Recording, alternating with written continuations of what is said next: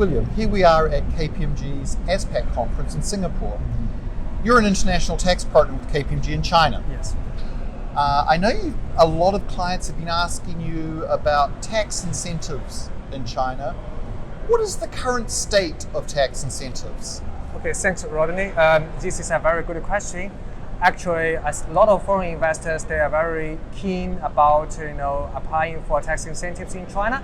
We used to have a lot of direct tax incentives, such as 2-year tax exemption, 3-year half reduction tax holiday for foreign investors. But those incentives has been repealed by the Chinese government authorities quite a number of years ago. But now the China government authority, they provide the same platform for both the Chinese domestic company and the foreign investor. And those incentives which are currently available to both domestic company and the foreign investor are more technology related.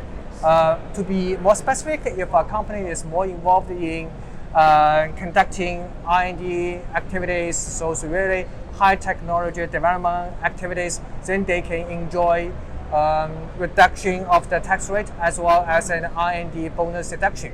And further, I believe for those foreign investors which they do have a plan to make additional investment into China, they need to consider about analyze those incentives as well as negotiating with the Chinese government authorities for the financial subsidies for those new investment.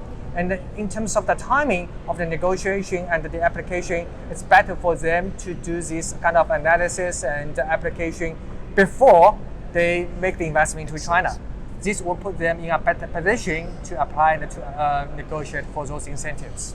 So that makes sense. So the old broad brush incentives kind of gone, but there are targeted incentives now focusing on moving up the food chain, as it were. Exactly. I think this is in line with the general policy of the Chinese government authority to move up the Chinese industry from low profit, low level, so-called contract manufacturing activities to more high value added activities.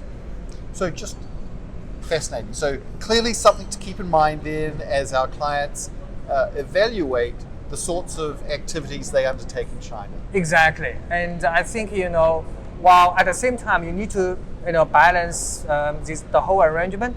On one side, you definitely would consider applying for as much as possible those incentives, while on the other side, you also need to consider the overall IP protection environment in China.